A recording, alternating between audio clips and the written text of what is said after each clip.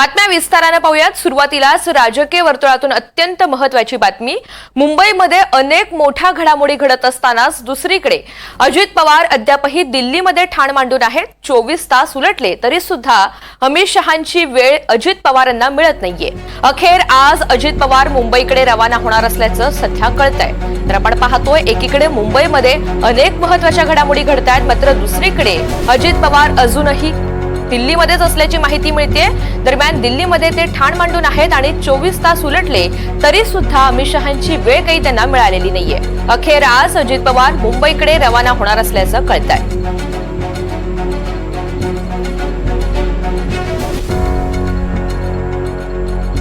त्यामुळे अमित शहांच्या भेटीविनाच अजित पवार यांना मुंबईमध्ये परतावं लागण्याची शक्यता वर्तवली जाते। गेल्या 2 दिवसांपासून अजित पवार हे दिल्लीमध्ये ठाण मांडून बसलेले होते, मात्र अजूनही शहांसोबतची त्यांची भेट ही घडून आलेली नाही।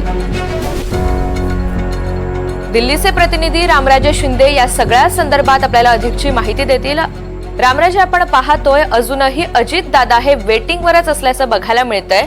दादांच्या नेमक्या मागण्या काय आहेत? बिलकुल रस्सीखेच चाललेली आहे ती खात्यासाठी संदर्भामध्ये आणि त्याचबरोबर विधान परिषदेच्या सभापती संदर्भामध्ये। कारण सांगण्यात येत आहे की अजित पवार हे विधान परिषदेचं सभापती मागत आहेत आणि त्याचबरोबर काही मंत्रालय जे आहेत ते आपल्या पदरामध्ये पाडून घेण्यासाठी ते भेटण्यासाठी आले होते, परंतु अद्याप काल रात्रीपर्यंत उशिरापर्यंत त्यांची भेट झाली नव्हती। कारण अमित शहा हे चंदीगडला निघून गेले होते आणि त्यानंतर ते आले आणि आल्यानंतर त्यांच्या इतर बैठका होत्या, त्यामुळे ती भेट होऊ शकली नव्हती। परंतु अजित पवार तरी सुद्धा आपल्या कुटुंबासह इथे दाखल झाले होते, भेटीगाठी घेत होते। त्याचबरोबर महाराष्ट्रातली काही महत्वाचे जे नेते आहेत, काही आमदार जे आहेत ते सुद्धा अजित पवार यांना भेटायला आले होते।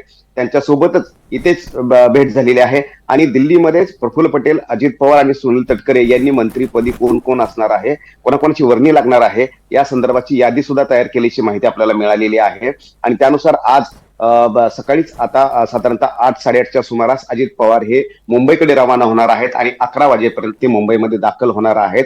आणि दोन्ही म्हणजे की मंत्रीपद भाजपकडून काही मिळतायत का, विधान परिषदेचं सभापतीपद मिळतंय का, आणि त्याचबरोबर कोणाला मंत्रीपद द्यायची, मागील वेळेस जी 9 खाती होती तीच अजित पवार यांच्याकडे राहणार का, याच्यावर सुद्धा उहापोह एक विचार विनिमय काल रात्री झाल्याची माहिती आपल्याला मिळते।